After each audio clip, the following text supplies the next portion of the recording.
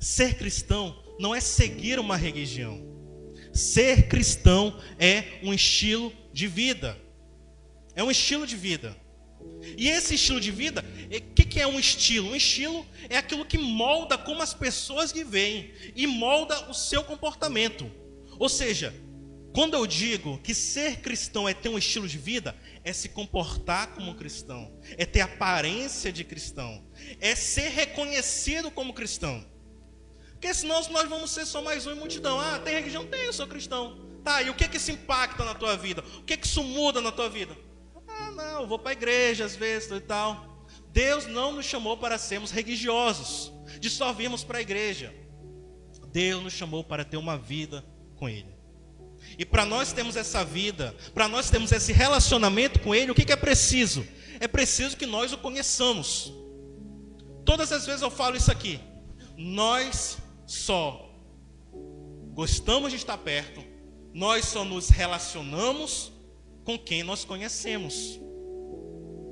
Enquanto nós não conhecemos, enquanto nós não temos relacionamento, é indiferente. Eu estou falando aqui agora, eu lembrei até daquele livro que é muito conhecido, O Pequeno Príncipe. Lembra? Quem já leu O Pequeno Príncipe? Muita gente eu acho que já leu O Pequeno Príncipe. Que tem lá a cena da raposa com o príncipe. Que o príncipe fala, que o príncipezinho chega lá com a raposa e ele quer ser amigo da raposa. Estou parafraseando, tá? Só que a raposa diz para ele, olha, você ainda não me cativou. Nós ainda não temos um relacionamento.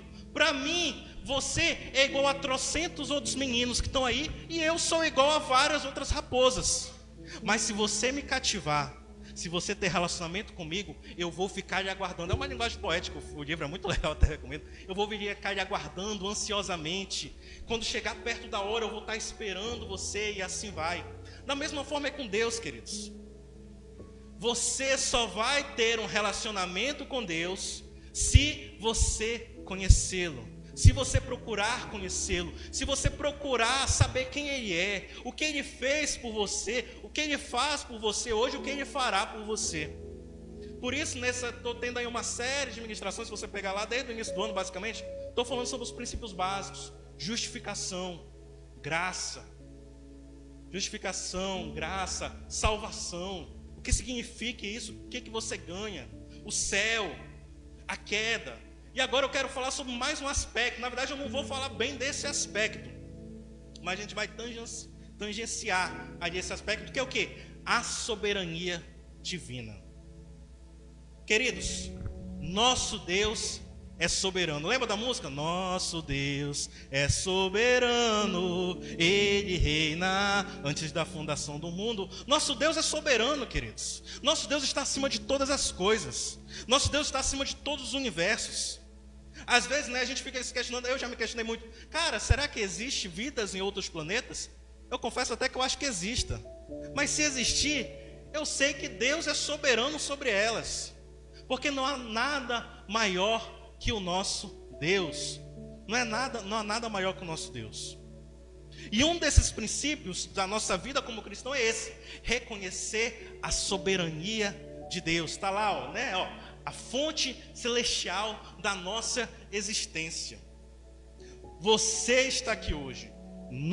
Eu estou aqui hoje. Nós estamos aqui hoje por causa da soberania de Deus. Porque Deus sustenta todas as coisas. Paulo fala lá, em Colossenses 1, porque nele foram criadas todas as coisas, nos céus e na terra, as visíveis e as invisíveis, as que são e as que ainda serão. Tudo ao nosso redor se mantém por causa da soberania de Deus. Porque se fosse de fato entregue para nós mesmos, a gente já teria se destruído há muito tempo. Há muito tempo.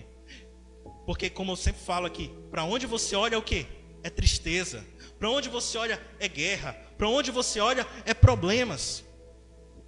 Então, se nós tivéssemos sido entregues mesmo, olha, façam da terra o que vocês quiserem, já tinha se destruído. Teve uma vez que quase nos destruímos, a civilização humana, na época de Noé, que o pecado foi imenso, que se Deus não intervisse, iria destruir. E Deus aí, usando a sua soberania, Ele salvou a humanidade. Soberania de Deus. um dos princípios fundamentais para a nossa existência. O que é princípio? Princípios são, eu posso resumir como regras universais. Princípio é aquilo que, se você seguir, é uma receita. Se você seguir isso, vai dar certo.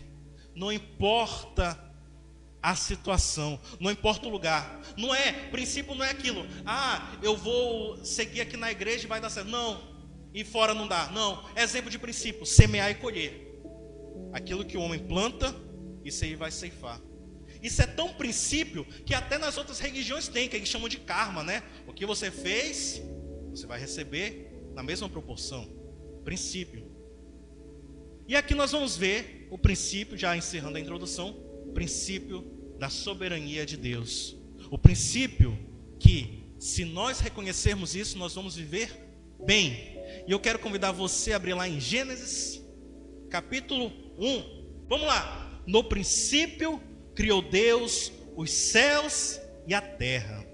A terra era sem forma e vazia, e a escuridão cobria as águas profundas. E o Espírito de Deus se movia sobre a superfície das águas. Então disse Deus: haja luz, e houve luz. E Deus viu que a luz era boa, e separou a luz da escuridão. Deus chamou a luz dia e a escuridão de noite. A noite passou, veio a manhã, encerrando o primeiro dia. Daqui a gente já vê a soberania de Deus em todas as linhas aqui. O Deus que do nada gera o tudo. O Deus que não precisou de ajuda de ninguém. O Deus que apenas pela sua palavra faz acontecer. Aí trazendo para nós, né? Cara, o Deus que pela palavra do nada faz surgir. Nossos problemas são ínfimos, queridos, na frente desse Deus. É como a própria Bíblia fala: que mal me poderá fazer um homem? O que o ser humano vai fazer contra mim, se eu tenho um Deus que do nada traz tudo à existência? Versículo 6. Então Deus disse: haja um firmamento entre as águas, para separar as águas dos céus das águas da terra. E assim aconteceu. Deus criou um firmamento para separar as águas da terra das águas dos céus. E Deus chamou o firmamento de céu. A noite passou, veio a manhã, encerrando o segundo dia. Queridos, bora lá. Quem entende de construção? Eu basicamente não entendo, mas eu pesquiso. Quem entende de construção sabe que a primeira coisa que você deve fazer é a base, é o firmamento, é o alicerce, é um firmamento. Essa palavra aqui, Deus, o escritor no original, ele poderia ter usado qualquer outra palavra para descrever o céu, mas ele fez questão de usar essa palavra que dá o sentido no original de base, seria princípio, na verdade, base, princípio, início de tudo, firmamento. E o que a palavra aqui está dizendo aqui? O que a gente pode extrair daqui? Deus estabeleceu no céu o firmamento. Nosso firmamento não está nessa terra. Em outras palavras, né, trazendo luz ao texto, nosso firmamento está nos céus. Nossa base está nos céus. Nossas regras estão nos céus. Nosso início e nosso fim estão nos céus. Tudo começa nos céus, querido. De lá Deus estabeleceu o seu firmamento. De lá Deus estabeleceu o seu trono e rege toda a terra. Toda a terra. Deus é soberano. Está no céu. E o que esse texto, o que nós podemos extrair desse texto? Você precisa viver com base no céu. A sua base, o seu firmamento tem que estar nas coisas do céu. Esse foi o maior problema, já antecipando bastante a ministração. Esse foi o maior problema da queda do homem. Antes, o homem tinha essa noção. Antes o homem, o ser humano, ele tinha essa noção que ele precisava esperar em Deus, que Deus cuidava dele. Deus colocou ele num jardim perfeito, que tinha tudo para eles. Eles não precisavam se preocupar com nada. E eles tinham essa noção: do céu vinha o sustento, do céu vinha tudo o que eles precisavam. Só que o que aconteceu? Ele pecou. Ele rejeitou a soberania de Deus. Ele rejeitou confiar. Porque quando eu digo rejeitar a soberania de Deus, o que eu quero dizer? O homem duvidou que Deus era capaz de sustentá-lo. O homem duvidou que Deus era suficiente para ele. Quando eu falo confiemos na soberania de Deus, em outras palavras, o que eu quero passar para nós essa noite? Confiemos no sustento de Deus, que Ele está acima de todas as coisas, e o mais importante, que Ele cuida de nós, Ele cuida de mim e Ele cuida de você. Mas infelizmente Adão e Eva pecaram, duvidaram da soberania de Deus, duvidavam que bastava eles confiar que Deus estava no controle de tudo. Eles quiseram pegar para si o controle, eles quiseram pegar para si essa soberania. O que é soberania? Soberania está acima de tudo. Soberania está aí, eu até coloquei, né, do latim, autoridade, unidade que reduz todo o resto a si, ou seja, aquilo que se harmoniza em si, que é completo. Por sua vez, o poder supremo, o último, sem nada acima dele. Assim era Deus, assim é Deus, melhor dizendo. Satanás quis tirar a soberania de Deus. Vocês lembram lá o que ele fala? Ele fala exatamente isso. Eu vou subir acima dele, eu vou ser além dele, vou fazer minhas moradas nos mais altos montes. Querendo usurpar a soberania de Deus, não conseguiu.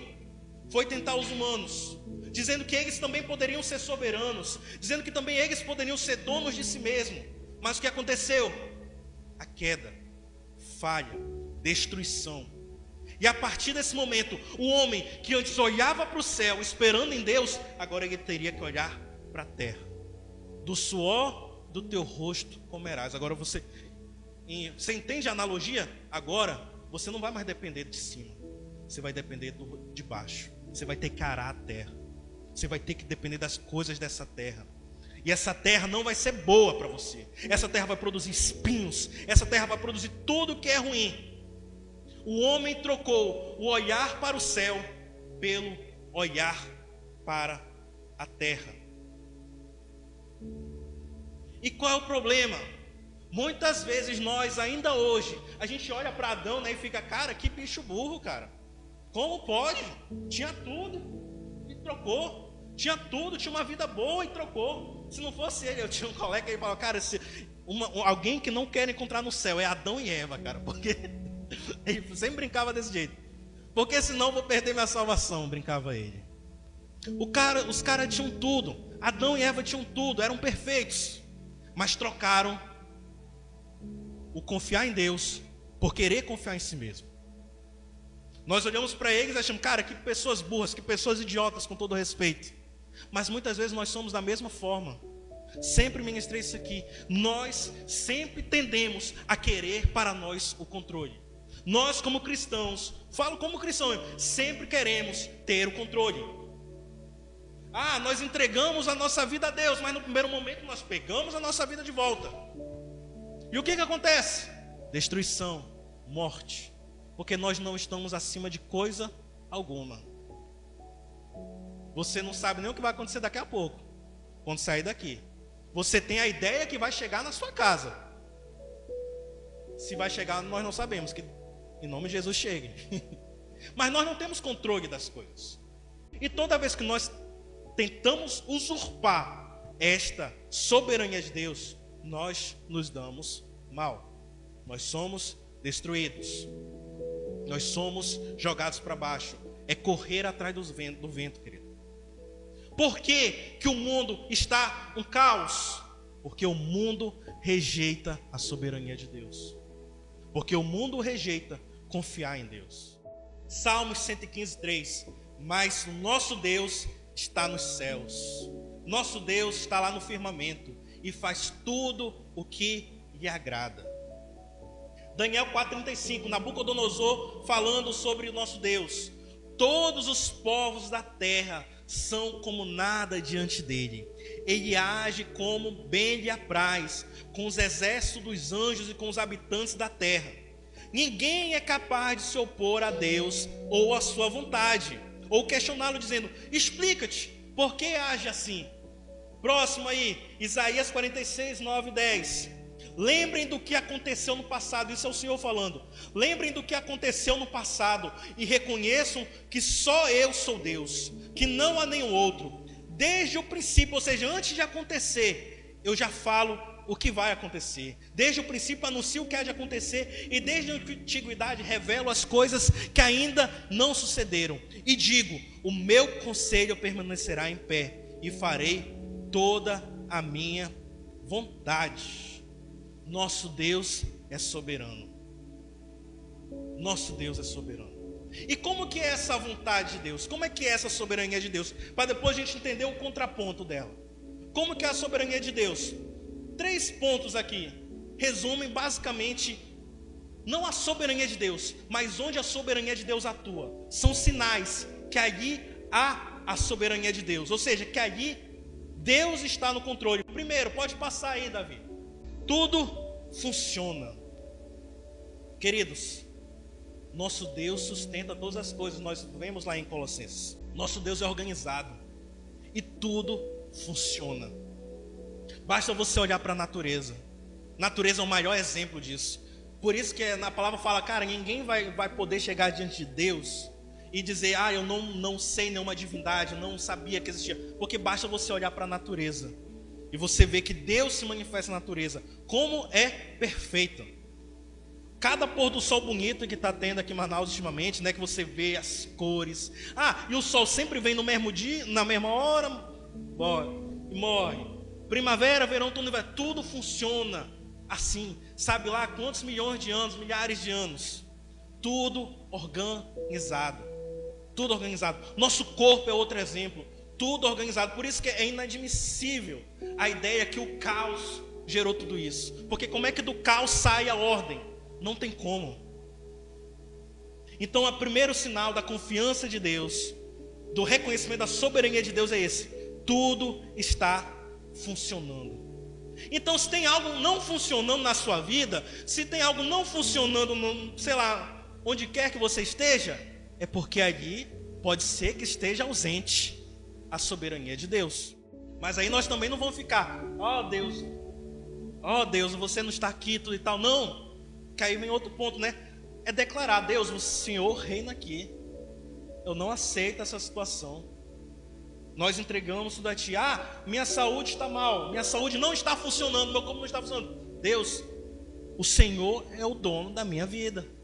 O Senhor está no controle. Eu reconheço a Sua sabedoria. A Sua sabedoria, a Sua soberania.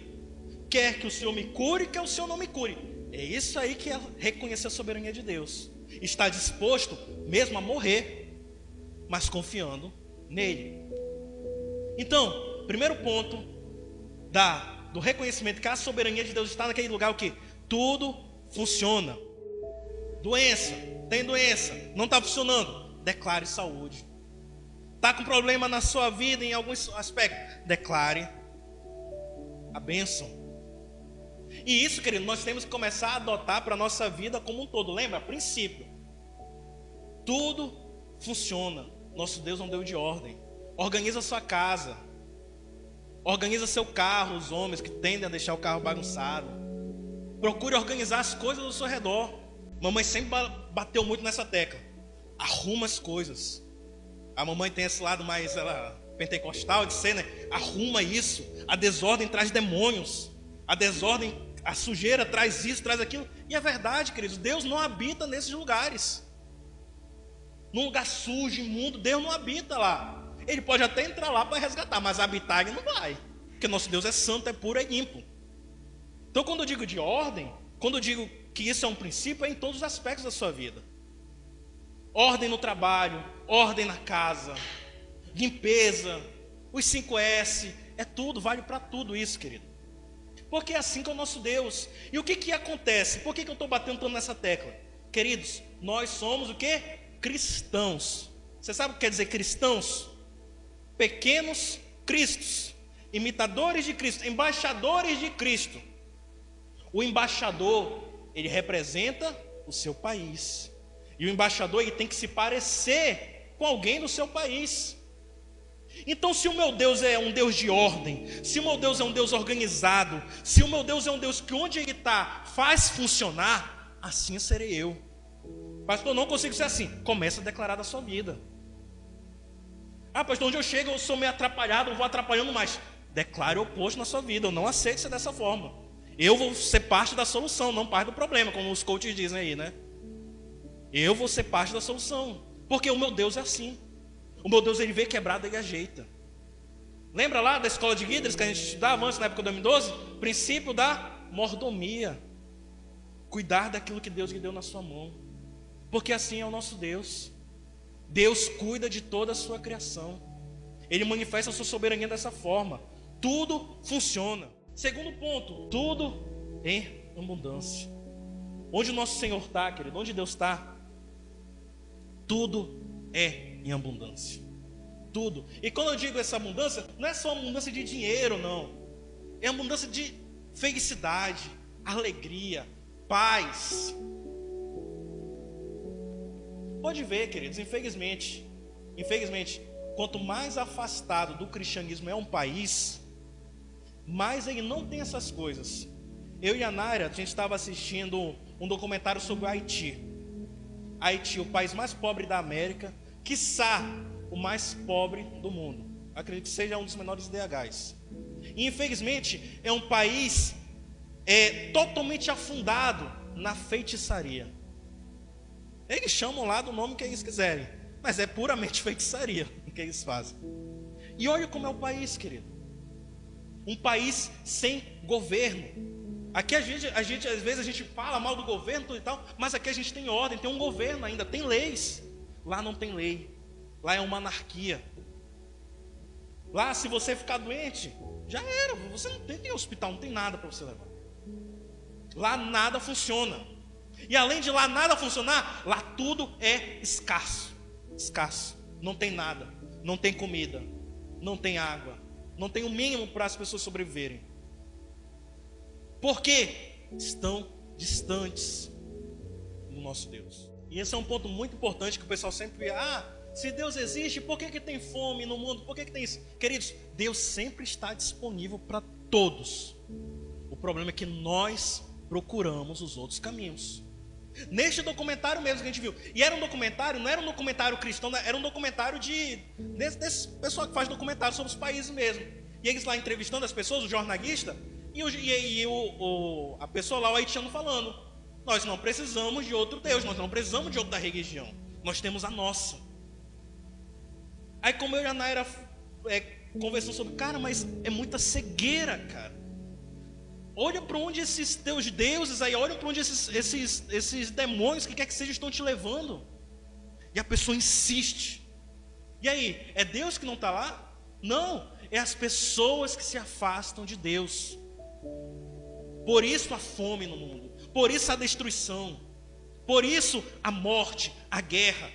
As pessoas, desde lá do Éden, continuam a se afastar de Deus. Porque onde Deus está, nós temos o quê? Tudo em funcionamento. Nós temos tudo em abundância. Em terceiro, pode passar aí, Davi.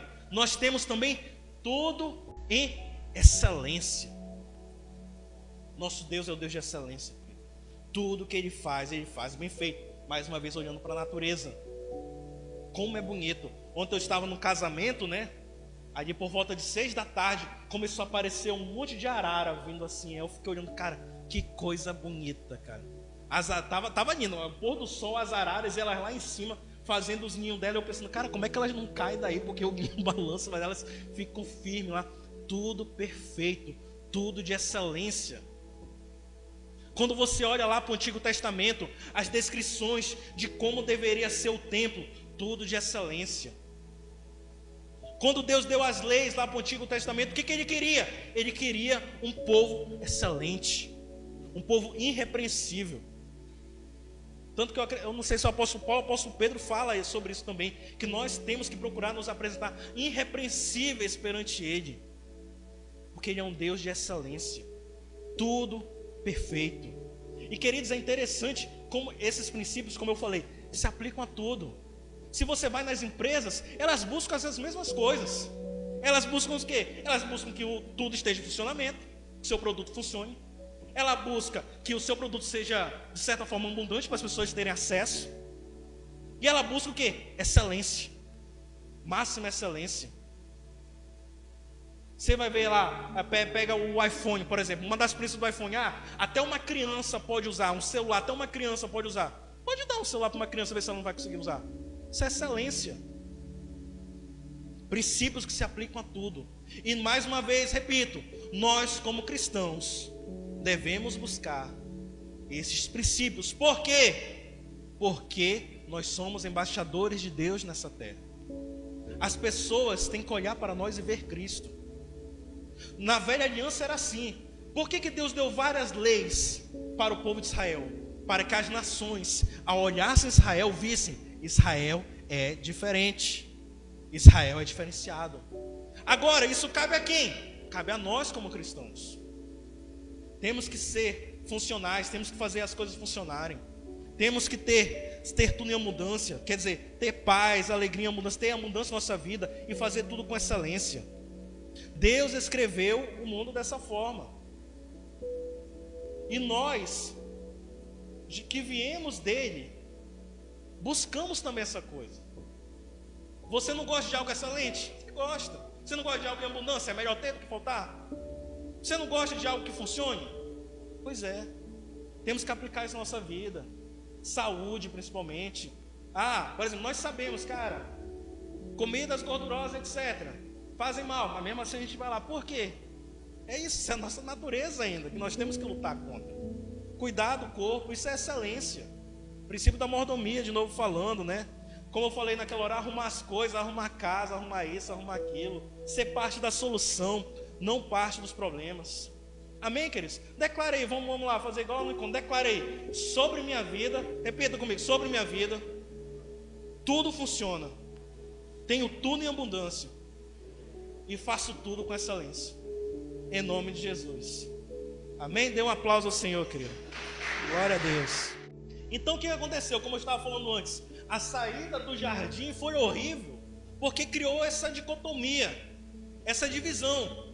Antes nós tínhamos só o mundo perfeito, mas agora, além do mundo perfeito, nós temos o mundo caído. E nós temos que fazer uma escolha. Vamos viver pelo mundo perfeito ou pelo mundo caído? Nós vimos que Deus é soberano. Nós vimos que Ele é todo poderoso. Nós vimos que Ele não tem que prestar contas a ninguém. Nós vimos que não tem ninguém acima dele. Por que Ele não nos destruiu quando nós pecamos? Eis a questão. Sobre isso, eu estava lendo, vários comentários, eu sei que para fazer a ministração, tudo e tal. E tem um livro que é chamado, até anotei aqui, Procurei Alá e Encontrei Jesus. É um livro de um muçulmano, não sei se alguém já ouviu falar dele. Eu acho que tem um nome aqui, eu acho. É o Nabel, acredito que seja assim. E era um muçulmano que ele estava procurando. É muito bom até o livro, eu li trechos dele. Não li todo, não, mas li trechos. Ele estava procurando se aprofundar na fé dele. Como ele fala aqui, procurar Alá. Procurar Alá é Deus em árabe. E ele queria procurar, e ele começou a ler o Alcorão. Só que quanto mais ele lia o Alcorão, mais essa coisa ficava encucado nele. Duas coisas encucaram a cabeça dele. A primeira é por que no Alcorão honrava tanto Jesus. Se você ver lá no Alcorão, fala que ele nasceu sem pecado, isso e aquilo. Era uma coisa que ele não entendia. Cara, por que fala tanto de Jesus? E a segunda coisa era isso: como que esse Deus todo poderoso não destruiu a gente, não destruiu a raça humana quando ela pecou?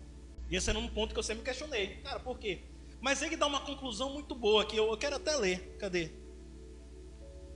Ele escreve assim, nosso Deus é totalmente poderoso. Ele é soberano, pode fazer o que quiser. Mas por que ele não usa esse poder dele contra nós pecadores? E ele conclui dessa maneira aqui: antes de Deus ser todo poderoso, ele é extremamente amoroso. E por causa disso, ele não usa o seu poder contra nós, mas ele usa o seu poder por nós, em nosso favor. Queridos, você tem a noção disso? Cara, o Deus Todo-Poderoso, ele poderia muito bem nos punir a todo momento. Errou, puniu. Mas não, ele usa o poder dele para o nosso cuidado, para o nosso bem. A Bíblia mesmo fala, desde a antiguidade ainda não se ouviu falar, eu sempre confundo esse termo. Desde a antiguidade, ninguém viu um Deus que trabalha em favor daqueles o quê? Que nele esperam, daqueles que confiam nele, daqueles que reconhecem a sua soberania. Esse é o seu Deus, querido. O Deus que poderia muito bem te matar, porque você merece. Do ponto de vista de Deus, todos pecaram e carecem da glória de Deus. Do ponto de vista de Deus, já era para todos termos sido destruídos. Ele poderia e ele estaria na razão, porque ninguém é bonzinho. Ninguém é bonzinho. Mas ele escolhe usar o seu poder para cuidar de nós e para nos atrair cada vez mais.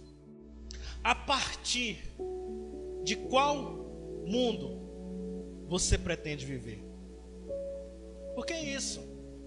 Se você quiser viver a partir deste mundo, você vai viver. Só que mais cedo ou mais tarde, vai ser correr atrás do vento.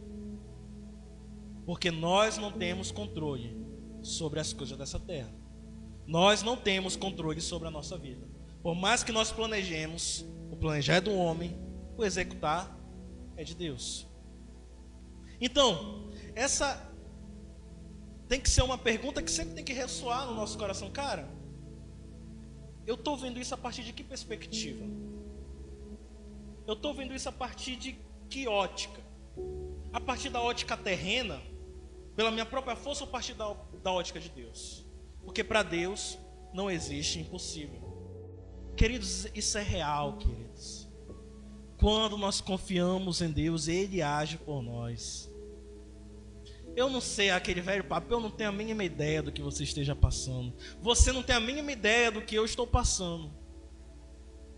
Mas uma coisa eu sei, e é nessa coisa que eu me apego, é que Deus está no controle. Deus está no controle. E queridos, eu não sei você, cara, eu não sei você, mas é uma luta. É uma luta. Porque se eu não me apegar nisso, eu caio. Se eu não me apegar nisso, eu fico depressivo. Porque até mesmo apegando nisso, muitas vezes eu fico para baixo. Porque é isso, nós estamos nessa terra, nós vemos os problemas, nós vimos a situação que está ao nosso redor. E a gente começa, cara, Deus, parece que as coisas não estão andando, parece que as coisas não estão funcionando. Por isso eu falo da luta diária. Ministrei isso aqui da última vez. Que a nossa luta não é contra a carne ou o sangue, a nossa luta é pela fé, é de ter fé em Cristo.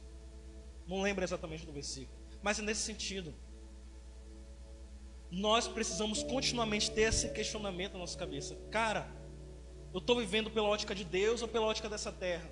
Eu estou confiando na soberania de Deus, que não importa o que acontecer, Ele está na frente. Não importa se essa doença vai me matar, eu vou estar com Ele. Não importa se eu vou perder um emprego, não importa se eu vou perder minha casa, não importa se eu vou perder isso, aquilo, mas Ele vai estar comigo. Ou estou feito um doido, preocupado pela minha própria força? Isso, queridos, é em todos os aspectos da nossa vida. 1 João 4,9. Deus mostrou quanto nos amou ao enviar seu único Filho ao mundo, para que por meio dele tenhamos vida. Você não tem vida através do seu esforço. Você não tem vida através do seu trabalho. Você não tem vida através do que quer que você pense. Você tem vida porque Deus deu Jesus a você. Nisto consiste o amor, que Ele enviou o seu único Filho ao mundo para vivermos por meio dele. Colossenses 1, 16, 17.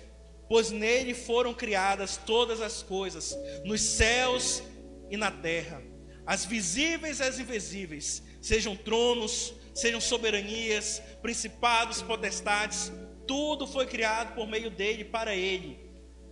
Ele existia antes de todas as coisas e mantém tudo em harmonia. Esse é o nosso Deus, querido. Nós não precisamos temer. Eu sei que somos humanos, mas toda vez que vier esses pensamentos de medo, de temor, de angústia sobre o nosso coração, nós temos que nos lembrar de onde? Do firmamento, da base. Nos céus está nosso Deus. Isso aqui está acontecendo aqui agora, mas eu sei que Ele está no controle. Isso aqui está travado desse jeito agora, mas eu sei que Ele está no controle. E no tempo certo, tudo que for de melhor irá acontecer. Que Ele fala, né? Eu é quem sei os pensamentos que tenho a respeito de vocês, e são planos de paz e não de mal. Basta o quê? Basta que nós confiemos nele. De prático, o que fazer? Primeiro ponto, reconheça a soberania de Deus em tudo. Eu coloquei aqui, né? Comece o dia com uma oração de reconhecimento, entregando todas as áreas da sua vida ao controle de Deus, confiando que Ele tem um plano perfeito. 2, confie na provisão divina. Em momentos de necessidade e certeza, lembre-se dos versículos que falam sobre provisão de Deus. Isso aqui é importante. Por isso que eu sempre bato nessa tecla: leitura bíblica, decorar texto bíblico.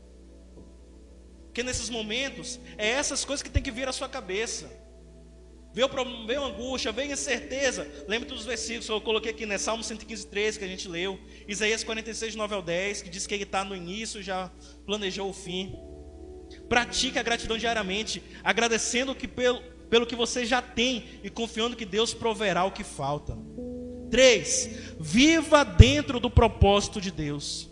Examine as suas ações e as suas escolhas diárias para garantir que estejam alinhadas com os ensinamentos bíblicos. Isso aqui é importante, ó. Faça uma lista de áreas onde você sente que precisa mais da presença de Deus e ore especificamente por direção nesses aspectos. Nós sabemos os pontos de fragilidade da nossa alma, os pontos que nós precisamos melhorar. Apresente esses pontos diante de Deus. Declare vida de Deus, a soberania de Deus sobre esses pontos. 4, declare o funcionamento em todas as áreas da sua vida. Faça declarações positivas baseadas na palavra de Deus, sobre sua saúde, família, trabalho, relacionamento. 5, busque abundância e excelência. Adote uma mentalidade de abundância em vez de escassez. Procure fazer tudo com excelência, seja no trabalho, nos estudos, na igreja ou em casa. Lembre-se que Deus criou tudo em abundância e excelência, e nós devemos refletir isso em nossas ações, porque somos embaixadores dele. 6, pratique generosidade extravagante. Encontre maneiras de ajudar os outros e compartilhar o amor de Deus de forma prática. Lembre-se, você é embaixador do céu nessa terra. Amém, queridos? Somos embaixadores do céu nessa terra. Nós não precisamos temer. Nós não precisamos temer porque Ele está conosco. Ele é aquele que nos sustenta os nossos pés, para que nós não nos afoguemos. Ele já deixou lá diversas, por isso que eu ressaltei aqui, diversas palavras, queridos, de que nós só precisamos confiar nele, e Ele tudo fará por nós. Salmo 23:1, sempre cito: o Senhor é meu pastor e Ele nunca me falta. 1 Pedro 5:7, lançando sobre Ele toda a nossa ansiedade, porque Ele tem cuidado de nós. Lá em Hebreus, não lembro agora a referência: contentai-vos com as coisas que tens, porque Ele tem dito: de maneira nenhuma te deixarei, nunca jamais te abandonarei. Esse é o nosso Deus. Vamos confiar nessa soberania.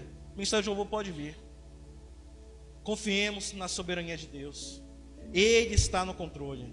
Se você pegar o controle para sua mão, você vai se dar mal. Mas se você entregar para Ele, você terá paz.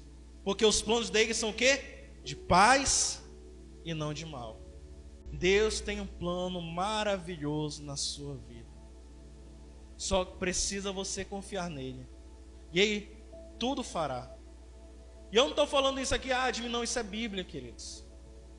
Entrega teu caminho ao Senhor, confia nele, e o mais Ele fará.